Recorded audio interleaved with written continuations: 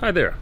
Okay, so this is something I think I've fallen out of touch with, but is really, really important, and definitely asking about stress and how to handle it is an email and a comment that I receive really, really, really frequently from a variety of people, but perhaps because that's so in my past, I neglect to appreciate how important it is. But I saw a bunch more people email me again with that question, as well as write it in the comments.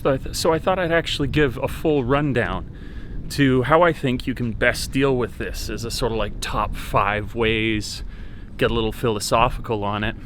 So let's dig right in. The first thing I think that's well worth understanding, and where a lot of people get this all twisted around when they come over and they build this up into some big scary thing their first day at work when they're teaching, is that excitement and nervousness are really bound up together, and where a lot of people are seeking to get rid of that feeling entirely. I think what's important is that you not try and remove it, because then you'd be making yourself kind of numbed to what is so special about experiencing something for the first time. And you should instead try and integrate it in a really positive way. The reason that you're so nervous, the reason that you're so excited, is because you're doing something that's really, really cool. And that's the first thing to remind yourself of, is you're challenging yourself to do something that very few would. To come and live in a foreign country, to come and speak in front of a bunch of children not originally or not from your culture, to do a lot of really, really intimidating things. And by virtue of these acts alone, what you're doing is really, really sweet. It's awesome. And so that can often switch your perspective from, oh, I'm dreading this, and perhaps a little bit more towards, oh, I'm really looking forward to this.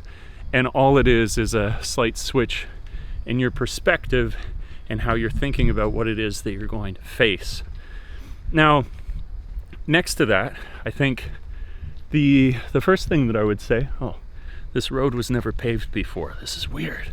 I don't know when they did this. This is crazy infrastructure in Japan, paving like way out in the boonies back roads. This would not happen in Canada.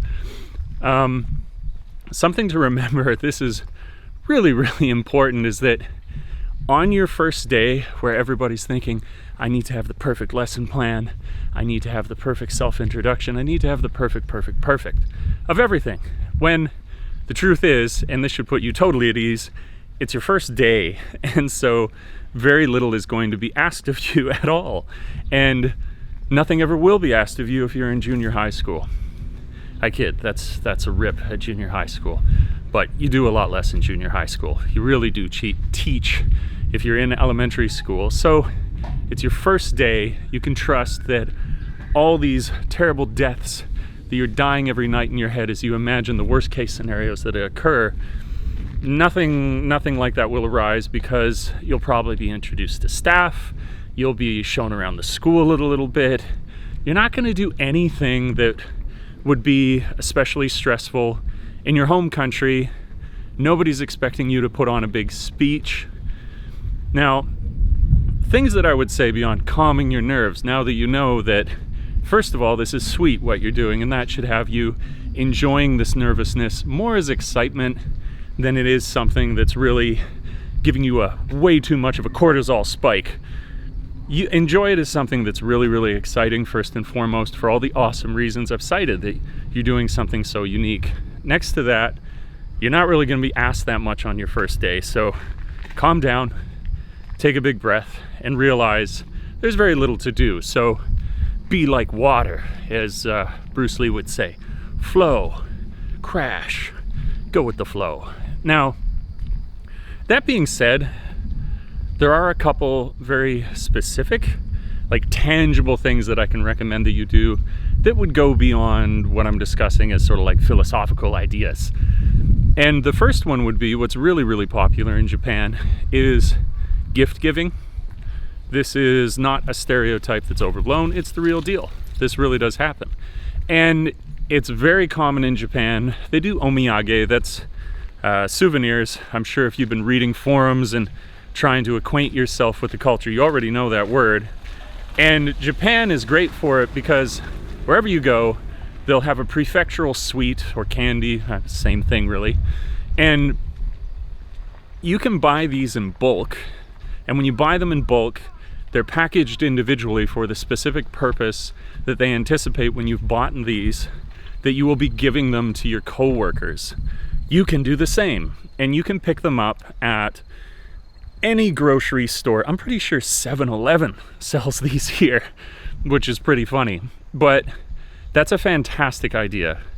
The universal concept that food creates a bridge, no matter where you are in the world, remains true in Japan.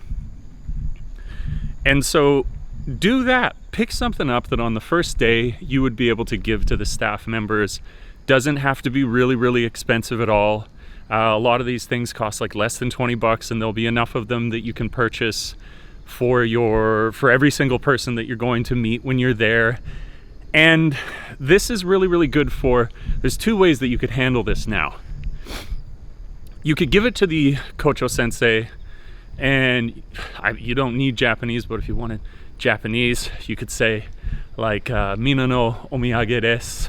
Or if you want to be real fancy, you could say like tsumaranai mono desu ga dozo, which means it's a trifling thing, but please take it.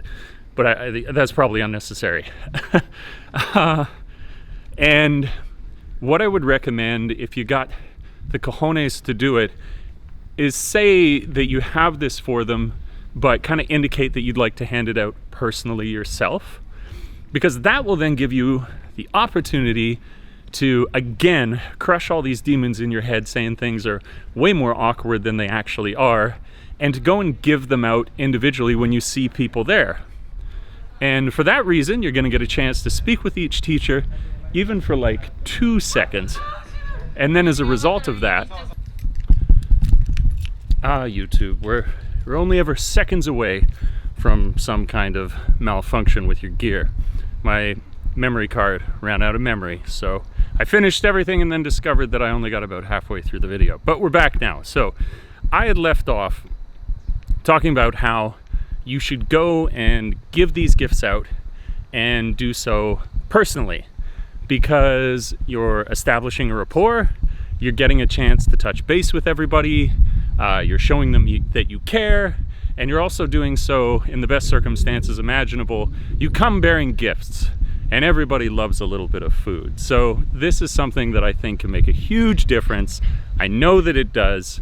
Whenever I've switched schools, when I first arrived, I did it, and people really, really, really appreciated it.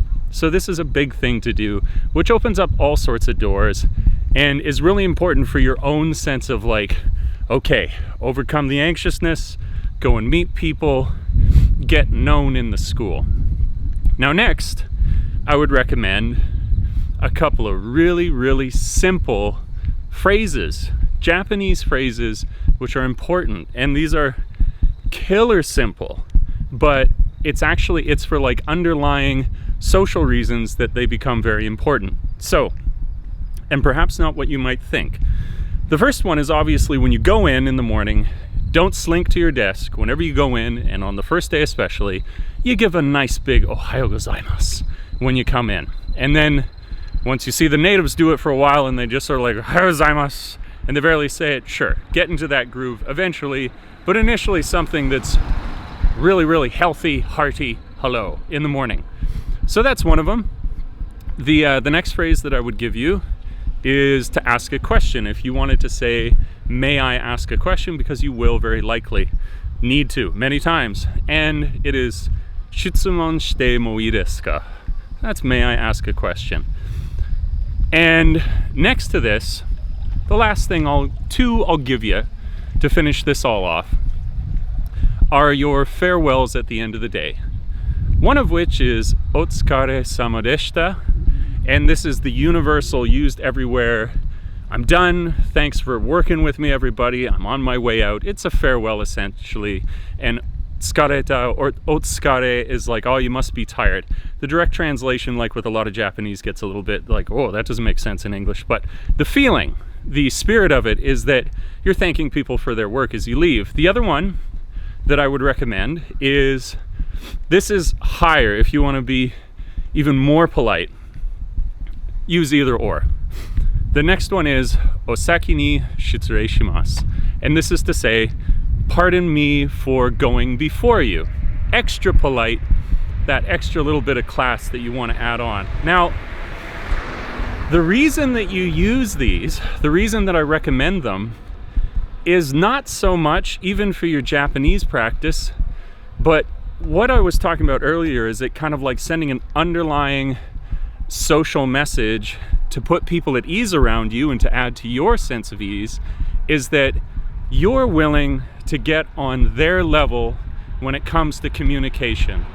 Where a lot of Japanese people, you can't fault them, they're not that good at English, and there's a lot of feelings of intimidation and awkwardness for them, which will then appear to you as someone being standoffish, is that they just don't feel comfortable speaking English that much. And with using these couple of little phrases, you will put their minds at ease because, oh, he or she is going to put in an effort to speak our language. And that's all it takes. It's not like you need to be day in, day out speaking perfect Japanese, but that you've indicated that you're willing to try. The effort means so much, and I feel this in the same way when Japanese people speak a little bit of English to me. I'm like, you didn't have to do that. It means the world to me that you would try. So go ahead and do this, and you won't regret it. It's a great way to feel better and more a part of the staff of the school that you're working at. So the next thing that I would talk about is anxiousness and the general approach to it as it arises.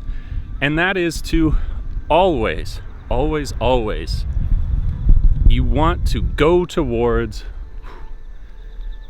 whatever it is that makes you anxious. We, with everything in life, have a fight or flight response to things that make us nervous, and we are constantly self-conditioning. And so, if you, when you physically respond to something with anxiousness, resist it and run away from it, you are conditioning and reinforcing that habit. And when you go and have that experience again, if you ran from it, it'll only be a more heightened, more aggressive sensation of the same thing. Now, conversely, if you go in, you feel a little bit intimidated, but you think, no, I'm going to face this, I'm going to go head on and see what's inside this dark cave. Once you get inside, it's usually a really cute Disney bear and not the one that was going to eat you. And in that way, you'll condition yourself that as you come across these stresses, which are legion in Japan and living in a foreign country, you will condition yourself to have a response of, how would I say, it's not simply perseverance, it's to have some fortitude, it's to have some resilience. That's what I'm looking for. Resilience to your stress response. And this is important on the first day, but this is important every day.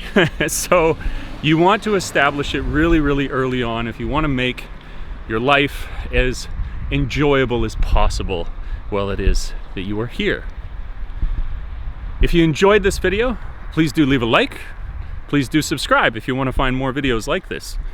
If you want to ask a question about life in Japan, living in Japan, or teaching in Japan, I welcome those all below. Please do write, and it'll give me ideas, like I got ideas from the comments section to make this video, and perhaps I'll make one for you.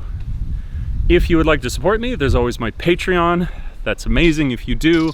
We got photo print giveaways, we got a shared photo folder from Japan, we got early access to my podcast there. No limit of cool perks there on Patreon for supporting me. A little bit of an inside track on the channel. At davetrippinon.com are my photo prints for the professional photography I do around Japan, and you can have one of those prints shipped anywhere in the world to yourself. Again, I really appreciate you watching. I really appreciate all the likes, all the comments, all the interaction. You're lovely, lovely people out there, and the clock has run out. Catch you in the next one.